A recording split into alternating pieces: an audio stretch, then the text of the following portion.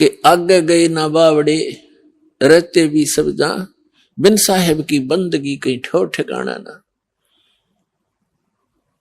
अब यहां से मृत्यु हुई प्रधानमंत्री जी की या मुख्यमंत्री जी की या अन्य किसी प्राणी की, मनुष्य की, तो वहां यहां से चला अच्छे पुण्य कर्म कर रखे तो स्वर्ग में, पाप साथ रहते हैं जब तक सत भक्ति नहीं करते, हम पुण्य और पाप दोनों भोगने पड़ते हैं कंप्लीट। और जब हम परमेश्वर की शरण में आ जाते हैं परम संत के माध्यम से, फिर उनके जो पाप नाश हो जाते हैं, उनको पाप भोगने नहीं पड़ते,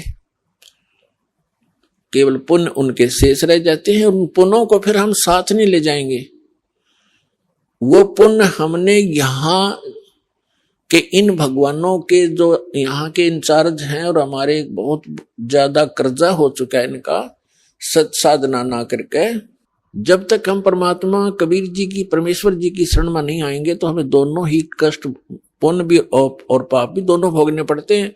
और हम पुण्य भी साथ नहीं ले जाएंगे, क्योंकि यहाँ के जितने भी इंचार्ज हैं जैसे गणेश जी, क्योंकि हमने ये पिंड है, पिंड माने शरीर, और एक ये ब्रह्मांड है पूरा, इस पूरे ब्रह्मांड का एक मानचित्र है शरीर के अंदर। और जब हम यहां से चलेंगे तो हम ये शरीर से ही रिहर्सल होनी शुरू होगी। सबसे पहले ये जीव मूल कमल में जाएगा, वहां गणेश जी से नो ड्यू सर्टिफिकेट लेना पड़ेगा, इसने क्लियरेंस सर्टिफिकेट। तो हमारा बहुत युगों से कर्जा हुआ पड़ा है, और इनके पास हम ये मंत्र की जो कमाई, जो पुण्य दान धर्म करते हैं, ये सब इनको देते चले जाएंगे और ये हमें बरी करते चलेंगे। तो इस प्रकार हमने पुण्य भी और पाप नाश कर देगा परमात्मा का मंत्र। तो हम पाप और पुण्य दोनों ही यहां छोड़कर केवल सतनाम की सार नाम की भक्ति लेकर वहां पहुंचेंगे। इस सतनाम के अंदर 2 अक्षर हैं, एक ओम एक तत्, ये गुप्त है, जिनको सारनाम प्राप्त है उनको मालूम है। तो ये भी हम इनकी भक्ति भी यहीं देकर जाएंगे, सरपुरुष और अक्षर पुरुष को, क्योंकि इनके लोकों से हमने गुजरना है। और तीसरा सतनाम जो सारनाम है, उसकी कमाई आप के साथ हम सतलोक जाएंगे। क्योंकि पुण्यों की आवश्यकता हमने इसलिए होती है कि यहाँ की सुविधाएं प्राप्त करनी है, कोठी बंगले कार वह हमारे पहले रखे सरप्लस, जहां से आप आए हो और जहां आपने अब जाना है, वहां यहाँ के पुण्यों की जरूरत नहीं, वहां तो पुण्य परिपूर्ण है। आपके सारे महल, आपकी सब सुविधाएं, आपके आंगन में विमान खड़े हैं, और आप छोड़ के आगे यहाँ इस काल के साथ, और कैसा एक एक दाने दाने को भटक रहे हैं। अब गरीबदास साहिब जी कहते हैं, उत्तर दक्षिण पूर्व पश्चिम ये फिरदा दाने दाने नु, सर्व कला सतगुरु साहेब की हरि आने नु।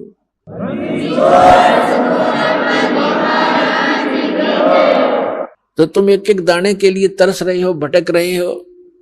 परमात्मा यहाँ हरियाणा के अंदर आकर के गरीबदास साहिब जी को साथ ले करके सचखंड गए, फिर वापस छोड़ा, और फिर परमात्मा से परिचित होने के बाद गरीबदास साहिब जी ने कहा कि जो सतगुरु की शरणा आ जा, उनको कभी भी कोई कष्ट नहीं होगा या किसी चीज का अभाव नहीं रहेगा। लेकिन उसके साथ साथ परमात्मा ने कुछ मर्यादा भी बताई है। आपने यहाँ की घने धन की आवश्यकता नहीं है। यदि आप घना धन ही परमात्मा से मांगते हो तो आपको अभी ज्ञान संपूर्ण हुआ नहीं है, और धन की मांगने की आवश्यकता नहीं है। परमात्मा से कोई चीज छुपी नहीं है, उसको सब मालूम होता है कि मेरे बच्चे को, मेरी प्यारी आत्मा को कौन सी वस्तु की आवश्यकता पड़ेगी, वो पहले व्यवस्था कर देता है। तो यहां कहते हैं, पहले गए न बावड़े रहते भी सब जहां, और बिन साहेब की बंदगी कहीं ठोर ठिकाना ना। तो जब हम अपने कर्मानुसार स्वर्ग में चले जाते हैं, सतभक्ति ना करके राजा मरो, चाहे रंक मरो, मृत्यु के उपरांत उनके पुण्य और पाप दोनों साथ जाते हैं।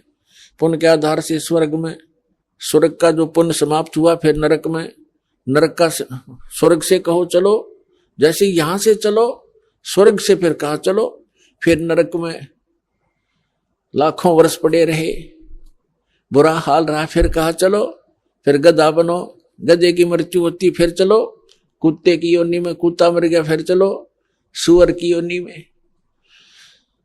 तो यहां बताते हैं आगे गए ना बावड़े, रहते भी सब जा, और बिन उस सच्चे भगवान की, साहिब की, सत्य पुरुष की भक्ति बिन कहीं ठोर ठिकाना ना। और फिर भी हमारी आंखें बंद, फिर भी हमें डर नहीं बन रहा। तो ये बालक बुद्धि है हमारी, इस परमात्मा के इस ज्ञान से, हम इस भक्ति मार्ग के और इस अध्यात्म ज्ञान से परिचित होने के बाद फिर हमारी बुद्धि काम करने लगेगी और फिर आपके न्यारी तरफ बढ़ेगी।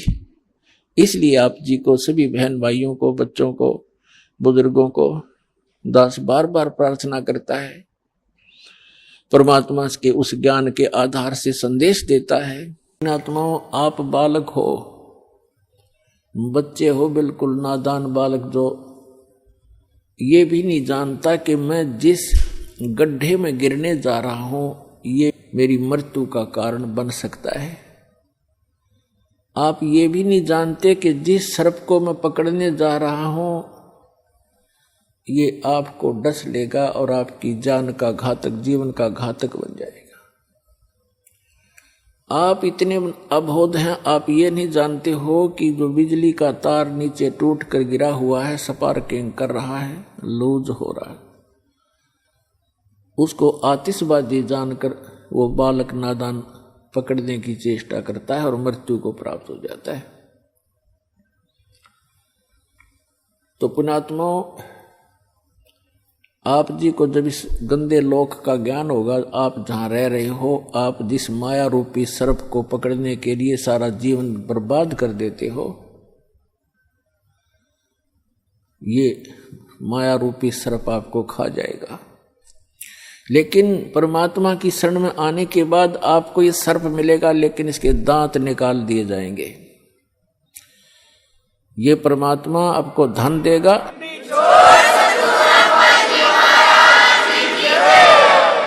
आपको 1 नंबर से धन देगा, क्योंकि फिर ये आपको डसेगा नहीं। 2 नंबर से कमाया हुआ धन आपके लिए सर्प बन जाता है, और 1 नंबर से कमाया हुआ और दान धर्म के द्वारा प्रतिफल से प्राप्त किया हुआ धन, उस माया के फिर दांत निकाल दिए जाते हैं, वो डसती नहीं। तो आपको ऐसे तरीके से धनी बनाया जाएगा, फिर इस माया से परिचित कराया जाएगा कि सर्व सोने की लंका थी वह रावण से रणधीरम, एक पलक में राज बिराजी जम के पड़े जजीरम। इस माया ने के चाटांगे जोड़ जोड़ के धर भी दी, यहाँ पर हम चले गए, पाछे मन हमारी सी निकम्मी संतान पैदा हो जा, वो पाप कर्म तो हमारे पल्ले लिखे गए और फूकेंगे वो बाद वाले। बच्चे की किस्मत वो साथ लिखा कर लाता है, उसको उतना ही मिलेगा। यदि इस परमात्मा की शरण में उसको जोड़ दिया तो वो जो उसको आवश्यक होगा वो सारा मिलेगा। हमने इस उद्देश्य से अपने कर्म नहीं बिगाड़ने चाहिए कि अपने बेटे बेटियों को धनी बनाऊं, मैं चाहे नरक में जाऊं।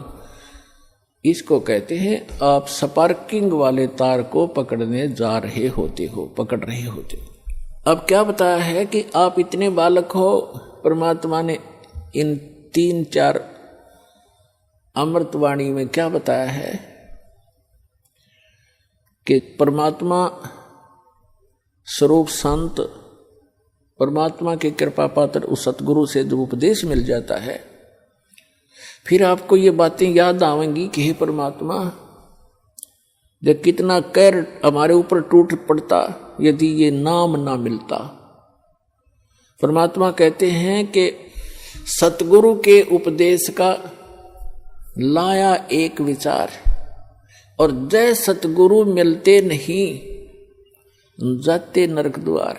ओए होए, पुण्यात्मा हमारे को मिसगाइड कर रखा है यहाँ पर। भक्तिहीन, तत्व ज्ञानहीन संतों ने, संत के रूप में इन अज्ञानियों ने, कोई तो कहता कहीं स्वर्ग नहीं, कोई नरक नहीं, कोई कहता सतलोक में प्रकाश ही प्रकाश है, प्रकाश ही प्रकाश है, उसमें आत्मा से लीन हो जाती है जैसे बूंद समंदर में। इनको कहते हैं नीम हकीम खतराए जान, little knowledge is the dangerous thing. अब क्या बताया परमात्मा ने कि यहां जो बोले गए शब्द हैं, शब्द स्वर्ग भी है, शब्द नरक भी है, शब्द संसारिक दुख सुख अलग हैं। तो ये अज्ञानी लोग कहते हैं कि यही स्वर्ग है, यही नरक है। जो यहाँ दुखी है वो नरक भोग रहा है, सुखी है वो स्वर्ग भोग रहा है। नहीं, ये तो बालकों के मन गढ़ंत चुटकले होते हैं, कहानियां होती हैं।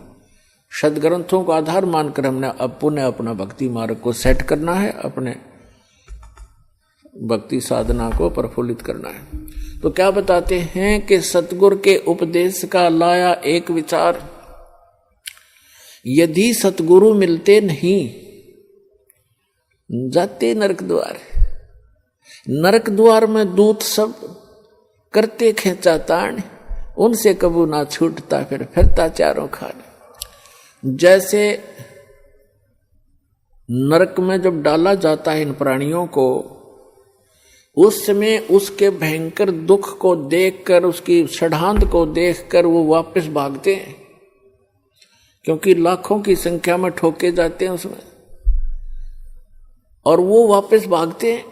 पीछे यम के दूत बड़े बड़े भाले, छुर्रे, तलवार, मुगदर, ये गदा लिए खड़े होते हैं। जो वापस भागता उसके सिर में मारते। सूक्ष्म शरीर में प्राणी मरता नहीं, पर दर्द दूना होता है। उनको ऐसे ठोका जाता जैसे पशु को फाटक में रोक क्या करते हैं, लठ मार मार के, और फिर उसमें पटक देते हैं। तो वहां परमात्मा बताते हैं कि नरक द्वार में दूत सब वहां करते खेचा ताण, उनसे कदे नहीं छूटता, और फिर फिरता चारों खान। फिर उससे निकल कर नरक का जो समय भोग कर फिर बाहर आता तो 84 लाख प्रकार के इन प्राणियों के शरीरों में कुत्ते, गधे, सूअर, गंदी नाली के कीड़े, पशु पक्षी, जलचर, ये कष्ट और भोगने पड़ते हैं। और इस परमात्मा के सच्चे नाम से, सतगुरु की शरण में आने से ये सारे दुख बाईपास निकल गया आपके। अब विचार करके देखना पुण्यात्मा, भी तो आपने पता नहीं इस अध्यात्म ज्ञान का, आपने लोक वेद सुना है, दंत कथाएं सुनी है, फिर मानव शरीर में जिसको जरा सा थोड़ा सा सुख है उसने भगवान की हो सकता ही नहीं। और जब कैर टूट जाते हैं फिर भगवान की खोज शुरू होती है, तो ये नकली संतान की कमी नहीं, इनको ब्रह्मांड करवा देता है ये काल।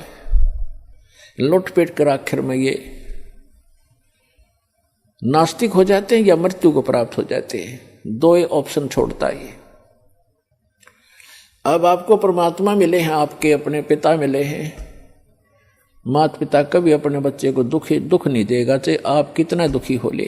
तो आपको वो परमात्मा अब मिले हैं, वो पिता मिले हैं आपके।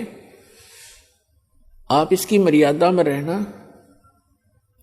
और इस जहाज से उतर मत जाना, फिर आप देखना आपको कैसे सुख देगा। तो परमात्मा कहते हैं कि सुरपति दुखिया, भूपति दुखिया और रंग दुखी बपरीती हो, कहे कबीर और सब दुखिया, एक संत सुखी मन जीती हो। अब मन को जीतना कैसे है? जैसे दोजक भीष्ट सबीत देखे, राजपाट के रसिया, तीन लोक से तरपत नाही, ये मन भोगी खसिया। परमात्मा ने सूक्ष्म वेद में बताया है कि दोजक मीन नरक और बहिष्ठ मीन स्वर्ग। दोजक बहिष्ठ सभी ते देखे, राजपाट के रसिया। इस राज्य प्राप्ति के लिए आपने बहुत से पहले तप किए, जप किए, दान किए, यज्ञ किए, स्वर्ग में गए। स्वर्ग का समय समाप्त करके अपनी पूंजी अक्षीण करके, स्वर्ग क्या है? स्वर्ग इज ए रेस्टोरेंट। जिसमें एक रेस्टोरेंट है जिसमें सब वस्तु आपको अपनी जेब से खरीदनी पड़ेंगी, अपने पल्ले से, अपने पैसे से। सुविधाएं वहां जो उसमें है वो आप पूरी प्राप्त कर सकते हो यदि आपके पास पैसा है, लेकिन आपकी जेब खाली हो रही है।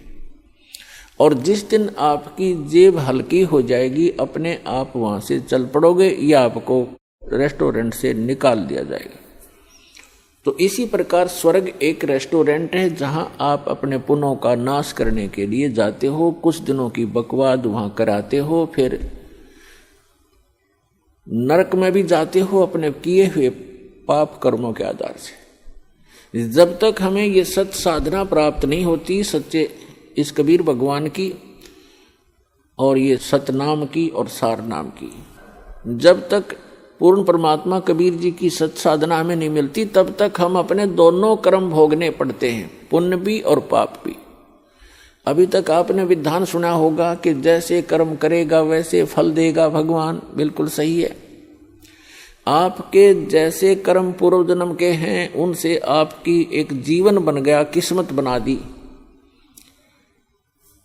आपके जो संचित कर्मों में से कुछ पुण्य ले लिए, कुछ पाप ले लिए, उस एवरेज से जिसके पुण्य घने हैं और पाप कम हैं तो उसके पुण्य उसी रेशो से अधिक जीवन में आपको प्राप्त है, और पुण्य भी उसी आधार से और पाप भी उन्हीं की रेशो से। तो आप जी को दोनों भोगने पड़ेंगे। यहाँ इस प्रारब्ध बोलते हैं इसको, प्रारब्ध यानी जीवन में लिखी हुई किस्मत के जो कर्म हैं, जो संस्कार हैं किस्मत के, उनको प्रारब्ध कर्म बोलते हैं। और प्रारब्ध कर्म को कोई नहीं चेंज कर सकता, ना विष्णु जी कर सकते, ना ब्रह्मा जी कर सकते, ना शिव जी कर सकते, ना ब्रह्म कर सकता, ना परब्रह्म कर सकता। परम अक्षर ब्रह्म कर सकता है। मासा घटे न तिल बधे, विधना लिखे जो लेख, और सच्चा सतगुरु मिटाकर ऊपर मार दे मेघ, यानी फॉरएवर खत्म कर देता है। मासा घटे न तिल बधे, यानी 1 ग्राम भी आपके संस्कार इधर उधर नहीं हो सकते और ना बढ़ सकते ना कम हो सकते। जो विधाता ने आपके भाग्य में प्रारब्ध में किस्मत में लिख दिए, प्रारब्ध माने किस्मत, आपकी किस्मत में जो लिखा हुआ उसमें से ना मासा घट सकता है और ना ही तिल के समान बढ़ सकता है। आपको दोनों भोगने पड़ेंगे जब तक आप परम अक्षर ब्रह्म, उस सत्य पुरुष अल्लाहु अकबर, उस कबीर भगवान की भक्ति नहीं करोगे। उसकी भक्ति कौन सी है? जैसे वैसे तो आप देखते हो कबीर पंथ बहुत चले हुए हैं। कबीर पंथियों की यदि आप कैलकुलेशन करो, टोटल करोगे तो लगभग 20 करोड़ के आसपास कबीर पंथी मिलेंगे आपको, लेकिन वो कबीर पंथी नहीं है, उनके पास यथार्थ भक्ति नहीं है। तो सत्य साधना उस कबीर परमेश्वर की इस दास के अतिरिक्त विश्व में किसी के पास नहीं है, पूर्ण परमात्मा की।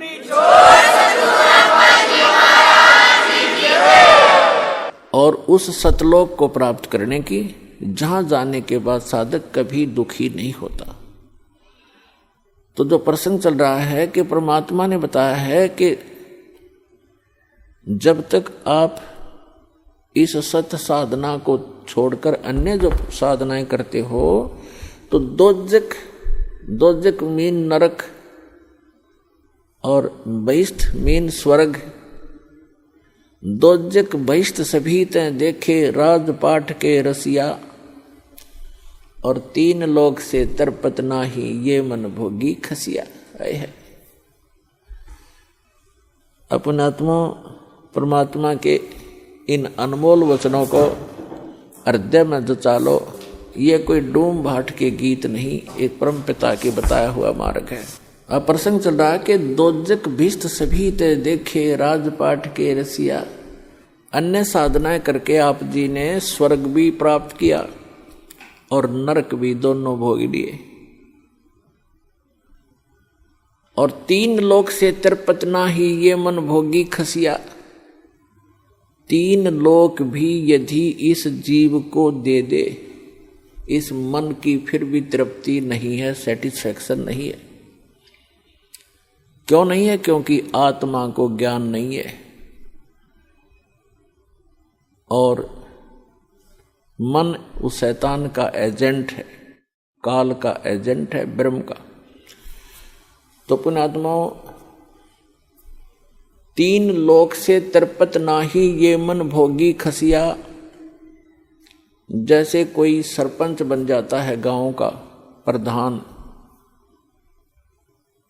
उसकी फिर नीयत ये रहती है कि चेयरमैन बनूं तो बात बने, क्योंकि सरपंचों के ऊपर चेयरमैन अधिकारी होता है। फिर सोचता है चेयरमैन बनने के बाद कि एमएलए बनूं जब बात बने। एमएलए बनने के बाद तो फिर उसके मन में एक धारणा बनती है कि एमएलए भी कोई खास बात नहीं, मिनिस्टर बनूं जब बात बने। मिनिस्टर बनने के बाद उसकी टेंडेंसी बन जाती है कि मुख्यमंत्री बनो जब हाथ में कमांड आवे, न तो कोई मजा नहीं आया। अब मुख्यमंत्री बनने के बाद उसको संतुष्टि नहीं होती, वो सोचता प्रधानमंत्री बनूं जब जी में जी आवे, जब आनंद हो, ओवरऑल कंट्रोलर बनो। जो मनुष्य जीवन का काम था वो तो स्टार्ट भी नहीं किया। ऐसी सोच करते करते मृत्यु हो जाती है और फिर वो प्राइम मिनिस्टर बनने की आशा रखने वाला गधा मिनिस्टर बना खड़ा है, वो गधा बन गया। तो पुण्यात्माओं, सौभाग्य आपका, आप जी को ये वचन सुनने को मिल रहे हैं, क्योंकि ये वचन परमात्मा के बताए हुए हैं कि कबीर हरि के नाम बिना राजा रसब हो और मट्टी लदे कुम्हार के घास न डाले कोई। पूर्व जन्म के प्रारब्ध में, यानी पूर्व संस्कारों से बनी किस्मत, उसको प्रारब्ध कहते हैं। आपकी किस्मत में आपके पुण्य अधिक हैं तो आपको पुण्यों के आधार से परमात्मा सभी सुख सुविधाएं देता ही रहेगा। आप चाहे भक्ति करो या ना करो, आप चाहे डाके डालो, चोरी करो, झूठ बोलो सारा जीवन, यदि आपके पुण्य घने हैं, पूर्व जन्म की आपकी बैटरी चार्ज है, तो तब तक आपको कोई प्रॉब्लम नहीं आएगी। और जो पुण्यात्माएं होती हैं जिनको सर्व सुख हैं, वो फिर भी कुछ ना कुछ भक्ति अवश्य करते हैं, वो रह ही नहीं सकते भक्ति किए बिना। तो वो जैसी भी साधनाएं परंपरागत प्राप्त होती हैं या किसी से सुनने से या कोई गुरु मार्गदर्शक से प्राप्त करके वो करते हैं, और उनको सुख तो मिल रहा होता है उनके प्रारब्ध से, यानी पूर्व जन्म के संस्कार से बनी किस्मत से। और वो ये सोच रहे होते हैं कि जो गुरु जी ने ये क्रियाएं मुझे बता रखी हैं, मुझे इनसे लाभ हो रहा है। तो ये उसकी भूल होती है। श्लोक नंबर 29 का हवाला दे करके अर्जुन ने पूछा 8वें अध्याय के प्रथम मंत्र में कि हे प्रभु, आपने जो 7वें अध्याय के 29वें श्लोक में जिस तत्ब्रह्म और सारे अध्यात्म और सब कर्मों से परिचित प्राणी को के विषय में कहा कि वो केवल जरा और मरण से छूटने का ही प्रयत्न करता है, बुढ़ापे और मृत्यु से, तो वो तत्ब्रह्म क्या है और क्या है वो अध्यात्म और क्या है वो कर्म।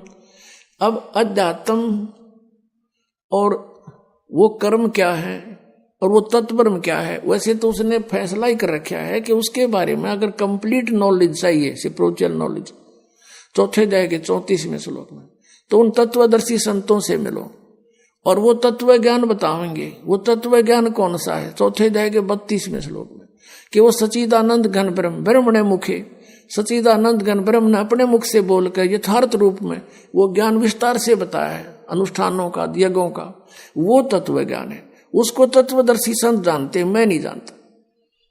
फिर भी उसने कुछ हिंट दिया है 8वें अध्याय के एक मंत्र का उत्तर 8वें अध्याय के 3रे मंत्र में श्लोक में दिया गीता जी कि वो परम अक्षर ब्रह्म है।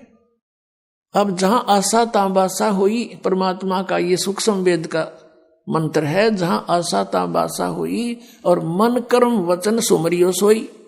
अब 8वें अध्याय के 5 और 7 में, 8वें अध्याय के 6ठे श्लोक में गीता ज्ञानदाता कहता है कि एक नियम है, अंत समय में जो जिस भी इष्ट में भावित रहता है, जिस भी इष्ट की भक्ति करता हुआ और उसी में आश्रित रहता है, तो वो उसी को प्राप्त होता है। जहां आशा तहां बासा हुई और मन कर्म वचन सुमरियो सोई, ये परमात्मा बता रहे। अब ये गीता ज्ञानदाता कहता है कि मेरा सिमरन करना है, तो 8वें अध्याय के 13वें श्लोक में बता दिया, मुझ ब्रह्म का एक अक्षर ओनली ओम है, नथिंग एल्स। ना युरा देरा देश्याम मिला दे, ना एवे नमः, ना ओम नमः भागवते वसुदेव, ना ये ओम नमः शिवाय, ये कोई मंत्र नहीं है, ये मोक्ष के नहीं है। शास्त्र विधि त्याग का मनमाना आचरण है। उससे गीता जी अध्याय नंबर 16 के श्लोक नंबर 23 में आप जान सकते हो कि शास्त्र विधि को त्याग कर जो मनमाने मंत्र जाप करता है, मनमाना आचरण करता है, साधनाएं करता है, उसकी ना तो गति हो, ना उसको सुख हो, ना ही उसका कोई कार्य सिद्ध हो, कोई सिद्धि प्राप्त नहीं हो, तो यूजलेस। तो यहां 8वें अध्याय के 5 और 7 में गीता ज्ञानदाता कहता है मेरी भक्ति कर, मुझे प्राप्त होगा। लेकिन यहां शांति नहीं हो सकती, युद्ध करना पड़ेगा। और 18वें अध्याय के 62वें श्लोक में बता दिया कि यदि तुझे शांति चाहिए तो सर्वभाव से उस परमेश्वर की शरण में जा। किसकी? जो परम अक्षर ब्रह्म, अभी 8वें अध्याय के 3रे श्लोक में बताया। उसकी कृपा से तू परम शांति को और सनातन परम धाम को प्राप्त होगा। और उसका मंत्र क्या, वो तत्वदर्शी संत बताएंगे। इसने हिंट दिया थोड़ा सा 17वें अध्याय के 23वें श्लोक में कि ओम तत्सत इति निर्देश ब्रह्मण त्रिविध समर्थ। ब्रह्मण माने सच्चिदानंद घन ब्रह्म का, ओम तत्सत ये 3 प्रकार का मंत्र है। इसका निर्देश है, निर्देश में कोई और अग्रम अग्रम खत्म हो जाती है, फाइनल डायरेक्शन है, नथिंग एल्स। तो पुण्यात्मा 8वें अध्याय के 8, 9, 10 श्लोक में कहा है कि यदि तूने उस परमात्मा के पास जाना है तो उसी तरह मन कर्म वचन से उसकी भक्ति कर। उसका मंत्र बताएंगे तत्वदर्शी संत। ये ओम तो सीधा इस ब्रह्म का है, तत् और सत ये कोड वर्ड है, सांकेतिक शब्द है। ये दास बताओगा आपको। इस पृथ्वी पर इस दास के अतिरिक्त इस खजाने का धनी कोई नहीं है, ये सत्कर मान लेना। अब यहां दास ने ये धनी शब्द गलत बोल दिया। ये दास तो नौकर है, धनी तो कबीर परमात्मा है। उस परमेश्वर ने अपने नौकर को ये खजाने की चाबी दे दी, खोल और बांट दे अपने बहन भाइयों में।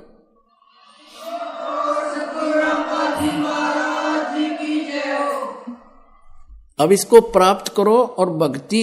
अब जैसे वहां कैसे जाया जाएगा, आशा भी वहां की हो कि नहीं, ये मन मान लो। अब जैसे कई भ्रम में पड़े रहते हैं कि भाई क्या पता वहां पर कुछ है भी कि नहीं, किसी ने बताया नहीं। तो पुण्यात्माओं, अब ये दास आपको बताने लग रहा, एक बनी 100 बतावे। और आंखों देखा जिन महापुरुषों ने उस स्थान को देखा है, वापस आकर बताया है, उनकी प्रमाण देने लग रहा। तो ये विश्वास हो जाना चाहिए। और फिर जब ये पक्का विश्वास हो जाएगा कि वहां हम सुखी होंगे, और जैसे ये राधा स्वामी और जितने भी और पंथ से सब ये कहे हैं, वहां सतलोक में परमात्मा नहीं है। परमात्मा तो है पर उसका आकार कुछ नहीं, प्रकाश ही प्रकाश है, प्रकाश ही प्रकाश। ऐसा प्रकाश जब वहां भगवान है से, यहाँ पर आमी से, वहां पर अनाथ, वहां अनाथ, यहाँ पर, फिर वहां क्या करेंगे? कहते हैं वहां अमर पद में जाकर आत्मा अमर आनंद लेती है और जल में मिलकर जल का रूप हो जाती है। फिर टट्टू आनंद लिया जब डूबी का मृगी जाते ही वह आनंद क्या लेंगे, वो कहाँ लेंगे, कैसे लेंगे आनंद वो? अब ऐसा आनंद है जैसे यहाँ कोई आदमी दुखी हो रहा हो, कोई कोर्ड से, कष्ट से, तो घर वाले भी नो क्या करे, भगवान यू मर जाए तो सुखी हो जा। और मेरे पास हो गया सुखी, फिर गधा बन गया, अथा के सुख होया उसने। तो ऐसी थ्योरी इन पंथों वाले की है जो भगवान को निराकार प्रकाश प्रकाश बता रहे हैं। और उसमें डूब के मरने की सलाह दे रहे हैं, तो क्या रुचि बनेगी वहां जाने की? बन सके किसी की? वो बनावटी बातें हैं ये। वो झुंड के झुंड इकट्ठे हो रहे हैं, क्योंकि आत्मा भगवान बना रह नहीं सकती। वो इसलिए सोच रही है शायद ये कह रहे सच्ची ये बात होंगी, पर वहां जान की नीत किसी की कोई ना, और साधन नहीं वहां पर जाने के। तो ये साधन है, ये मंत्र है, ये सब प्रमाणित है, शब्द सदग्रंथों में लिखे हुए हैं, शास्त्र अनुकूल साधना है।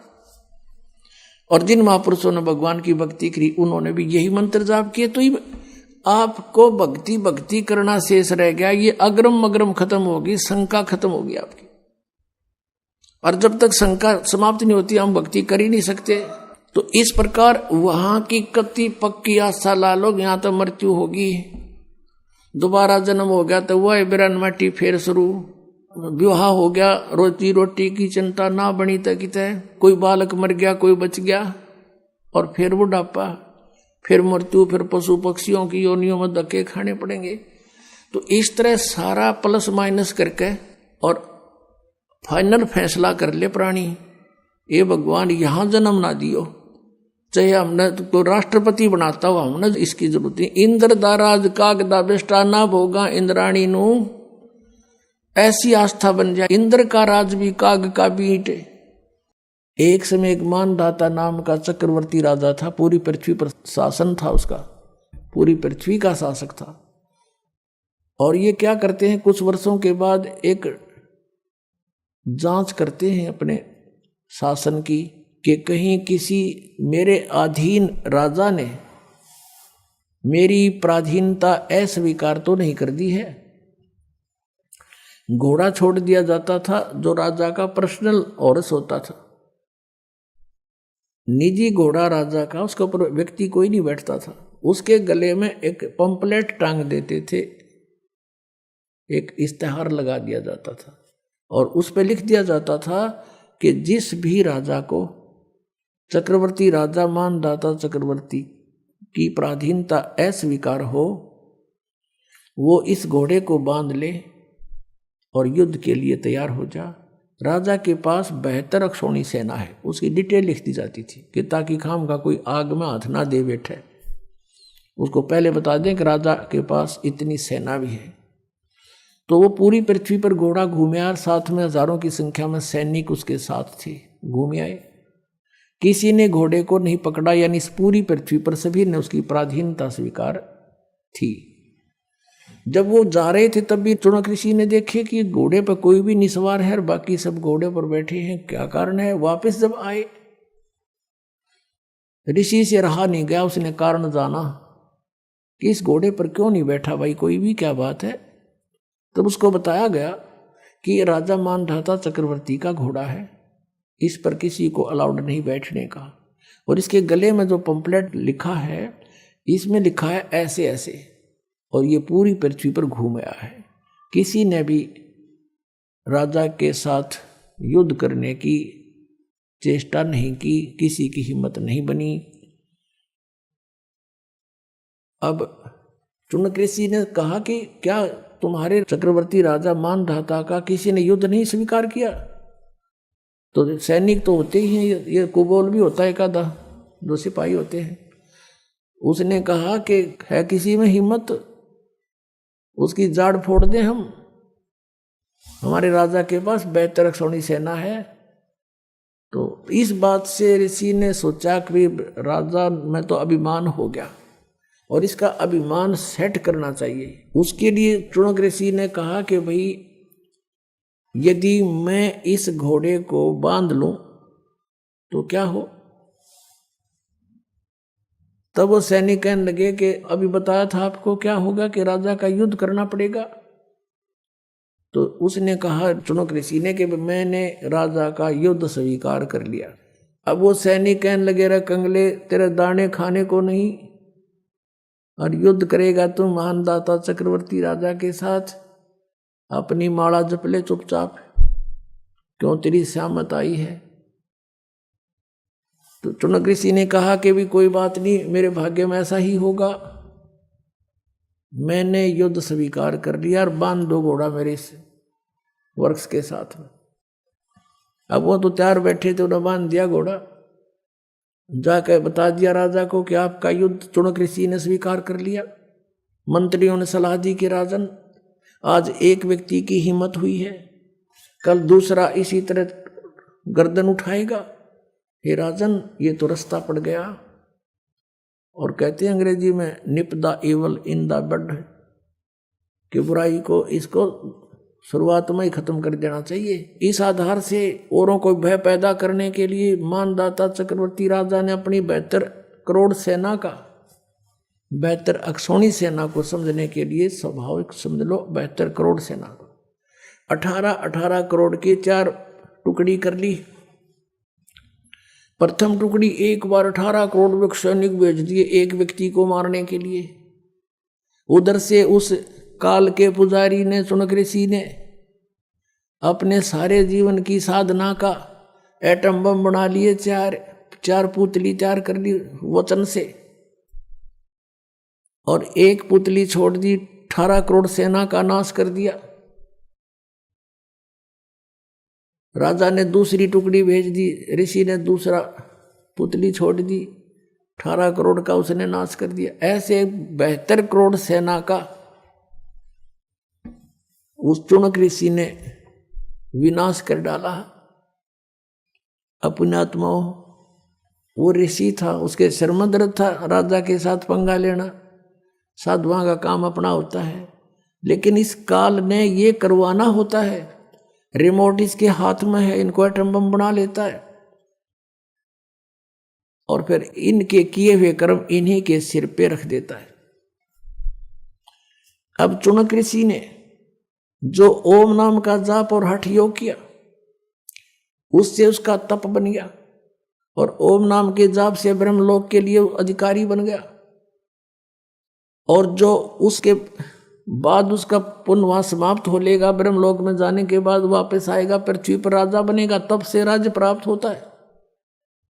और जो उसने अपनी वचन से 72 करोड़ सेना का नाश कर दिया, उसका दंड भी उसको भोगना पड़ेगा। चाहे कोई वचन से मारो, चाहे कोई विष देकर मारो, चाहे कोई गोली से मारो, लाठी से मारो, वो अपराधी है। परमात्मा उसको अवश्य दंड देता है। और यहाँ का विधान है कि जैसे कर्म जिसने किए हैं दोनों भोगने पड़ेंगे। आपके दोनों अकाउंट ओपन हैं, बुरे अलग डिपॉजिट होते हैं और अच्छे अलग जमा होते हैं, और दोनों भोगने पड़ेंगे।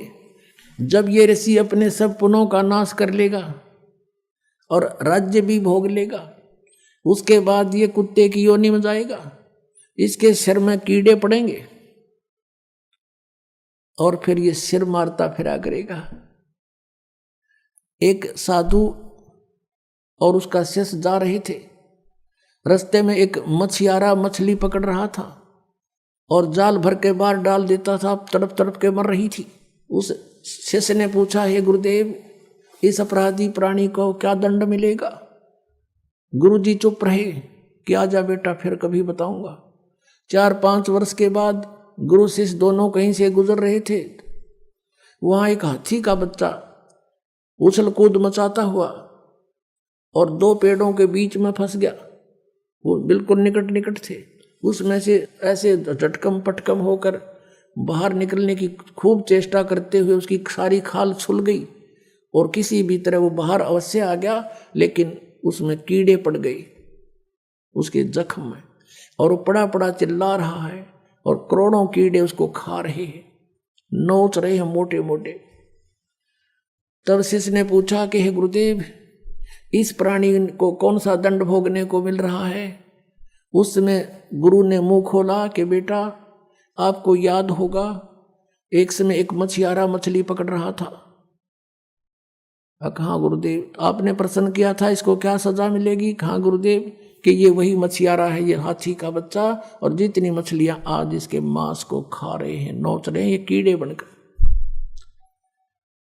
तो पुण्यात्माओं, श्रीमद् भगवत गीता अध्याय नंबर 7 के श्लोक नंबर 29 में कहा है कि जो तत्ब्रह्म से और पूरे अध्यात्म ज्ञान से और सभी कर्मों से परिचित है, वो व्यक्ति केवल जरा और मन से ही छूटने का प्रयत्न करता है। तो ये अखिल कर्म, ये सारे कर्म ऐसे समझने पड़ेंगे अपने। परमात्मा ने लिखा है कि तुमने उस दरगाह का महल नहीं देखा और धर्मराज के तिल तिल का लेखा। आज तुम गलतियां करते हो, रिश्वत लेते हो, किसी के साथ सौ मिलावट करते हो, डाके मारते हो, चोरी करते हो, एक एक तिल का हिसाब होगा वहां पर। तुमने उसका पता नहीं, इसलिए तुम विष खा रहे हो। तो आपके लिए आने वाले समय में आपके लिए हानिकारक हो तो परमात्मा वो आपको देगा नहीं, वो नहीं देगा यदि आप भगवान से की शरण में हो। और आपको वो नहीं देगा क्योंकि मेरी आत्मा को ही बर्बाद कर देगा, लगे लगाए पौधे को नष्ट करेगा। और आप ये सोच लेते हो परमात्मा ने ये हमें लाभ क्यों नहीं दिया, और आप भगवान से दूर हो जाओगे तो आपका दुर्भाग्य होगा। इसलिए ये रह रह कर ज्ञान दिया जाता है कि आप रोगी हो और ये हॉस्पिटल है जन्म और मृत्यु के रोग को काटने वाला। ये वो दीर्घ रोग है जो ना ब्रह्मा से कट सकता, ब्रह्मा का अपना नहीं कटा। विष्णु जी को भी ये रोग है, ब्रह्मा जी को भी रोग है, विष्णु जी को भी मृत्यु का जन्म मृत्यु का रोग है। इस ब्रह्म को भी जन्म मृत्यु का रोग है, पर ब्रह्म को भी है। केवल एक परम अक्षर ब्रह्म है वो परमात्मा जो जन्म और मृत्यु के रोग को काट सकता है। और वो ये हॉस्पिटल है बरवाला आश्रम, सतलोक आश्रम बरवाला। यहाँ पर उस दीर्घ रोग का ऑपरेशन होता है। अब सच परमात्मा के दरबार में आप आगे, जैसे आप हॉस्पिटल चले जाते हो, आज हॉस्पिटल में जाके आप डॉक्टर को अपना रोग बता देते हो, डॉक्टर अपनी जांच करके क्लियर कर लेता है कि हाँ आपको ये रोग है, फिर वो आप कहते हो जी ट्रीटमेंट कर दो। तो उसमें डॉक्टर आपका ट्रीटमेंट करता है, आपका जो है इलाज करता है, तो उसमें आपकी सलाह नहीं लेगा। वो अपने हिसाब से आपको इंजेक्शन लगाना, इंजेक्शन लगाएगा ही लगाएगा, ग्लूकोज लगानी है ग्लूकोज लगाएगा। और यदि ऐसी कोई स्थिति आ गई तो आपका ऑपरेशन भी करेगा। हाँ, इतना अवश्य बता देगा कि इसके ऑपरेशन की आवश्यकता पड़ेगी, बोल तरीके सलाह है। यदि आप कहोगे ऑपरेशन नहीं कराता तो जा अपने घर में मर, ऑब्जेक्शन है तो जा, फिर जाते मरेगा। तो ऐसे ही यहाँ आप आगे, और ये दास डॉक्टर है, परमात्मा कबीर जी की पावर से सारा काम होगा। तो आपको जैसा भी कुछ मिले, जैसा भी मालिक रखे, आपको नो ऑब्जेक्शन होना चाहिए। यानी जो रखे तो ही रहूं मेरा के सारा, खाने जाद खरीद हूँ गुलाम तुम्हारा।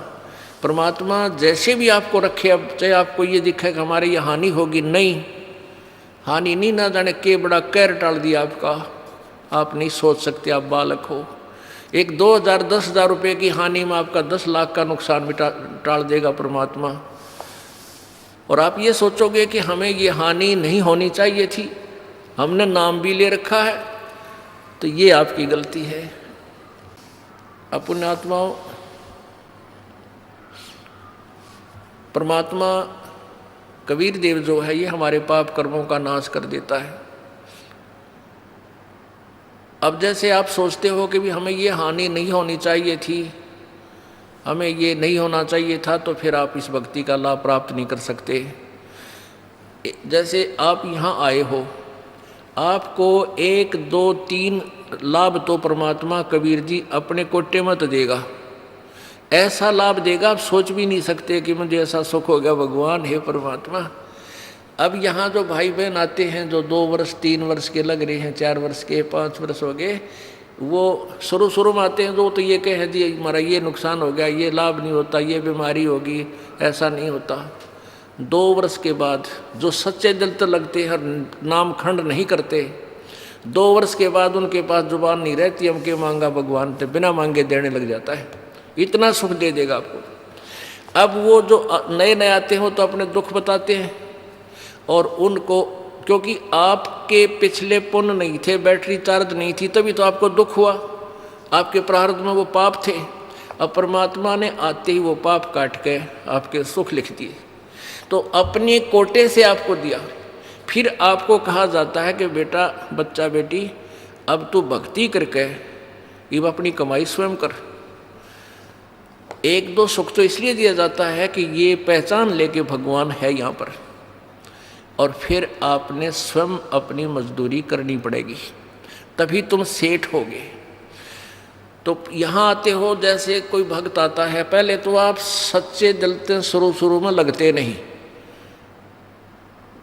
यदि आप शुरू से ही समर्पण कर दो और छोड़ दो सब पूजाओं को, देखना आपके ऊपर 1 वर्ष के अंदर वारे न्यारे कर देगा भगवान, लेकिन नहीं कर पाते।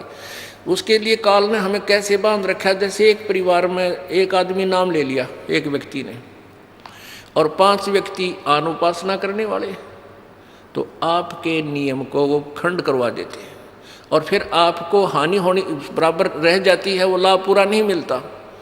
फिर आपको समझाया जाता है, दृढ़ किया जाता है कि ये पूजा मत कर, अनुपासना नहीं करनी है। परमात्मा कबीर जी कहते हैं 100 वर्ष तक सतगुरु पूजा, एक दिन अनुपासी, वो अपराधी आत्मा फिर पड़े काल की फांसी। 100 वर्ष आपने साधना कर रखी है, परमात्मा की साधना, सत्य साधना, एक दिन अनुपासना कर ली, अन्य देवी देवता क्रियाक्रम कर दिया, तो तेरा सारा नष्ट हो जाएगा। वो अपराधी आत्मा फिर पड़े काल की फांसी, यानी वो पिछला किया हुआ नष्ट नहीं होगा, लेकिन काल के जाल में फंस गया, नाम टूट गया, और काल फिर तेरे पिछले पुण्य के आधार पर तुझे नचाएगा, स्वर्ग में देवता बना देगा, ब्रह्मा विष्णु महेश बना देगा, पदवी दे देगा, फिर आपकी मलाई जो बैटरी डिस्चार्ज हो जाएगी, फिर गधे की योनि दे देगा, यानी काल की फांसी में फिर रह गया। तो ये साधनाएं आपने जो हम बताते हैं, शुरू में ही प्रारंभ से ही दृढ़ निश्चय करके आओ, और सब आप अनुपासना को और सब मर्यादा जो आप हमारे नियम को भंग करती हैं, इनको तुरंत त्याग दो, और फिर देखना। अब जैसे कोई भक्त आता है अनजान, जो ज्ञान नहीं समझ रहे, वो कहते हैं जी मेरे को ना 4 महीने हो गए नाम लिए ने, मेरे को 10 महीने हो गए और मुझे कोई लाभ नहीं हो पा रहा, मैंने पाठ भी करा दिया, ज्योति भी बोल दी। उसके 2 कारण हो सकते हैं। एक तो ये है कि आपने बीच में कोई नाम खंड किया हुआ है, या आपका नाम खंडित है। जब नाम कनेक्शन कट गया तो पावर आएगी नहीं, तो बिजली नहीं आएगी, तो आपके पंखे चले ना कूलर चले।